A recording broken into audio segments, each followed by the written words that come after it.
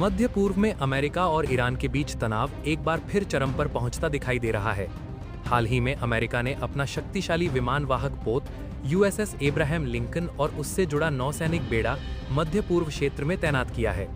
America का कहना है कि ये कदम क्षेत्रीय सुरक्षा और अपने सहयोगी देशों की रक्षा के लिए उठाया गया है।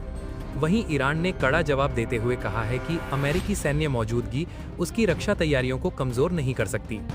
इस बढ़ते विवाद में संयुक्त अरब अमीरात का बयान भी अहम माना जा रहा है। यूएई ने साफ किया है कि वह अपने क्षेत्र का इस्तेमाल ईरान पर किसी भी अमेरिकी हमले के लिए नहीं होने देगा। इस रुख को क्षेत्रीय राजनीति में एक बड़े बदलाव के तौर पर देखा जा रहा है, क्योंकि इससे अमेरिका की रणनीति पर असर पड़ सकता है। दूसरी ओर पाकिस्तान इस तनाव में असहज स्थिति में नजर आ रहा है।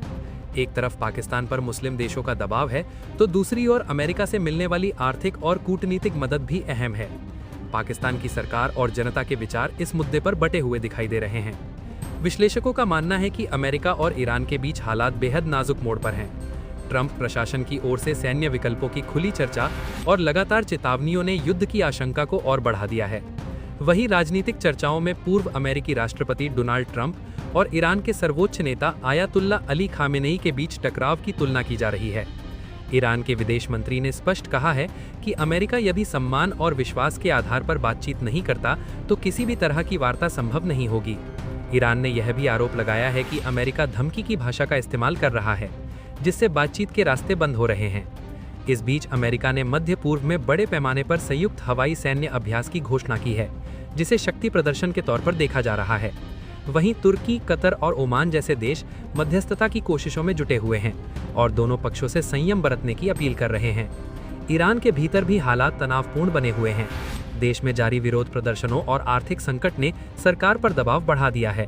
सोशल मीडिया पर #ईरान रेवोल्यूशन 2026 जैसे हैशटैग के साथ वीडियो वायरल हो रहे हैं, जिसने अंतर्राष्ट्रीय ध्यान खींचा है। अमेरिकी आर्थिक प्रतिबंधों का असर ईरान की अर्थव्यवस्था पर साफ दिख रहा है। महंगाई, बेरोजगारी और जरूरी वस्तुओं की कमी आम जनता की मुश्किलें बढ़ा रही है।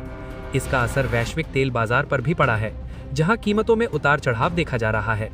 भारत के लिए भी ये तनाव अहम है, खासकर चाबहार बंदरगाह परियोजना को लेकर, जिसमें अमेरिका की नीतियों का असर पड़ रहा है।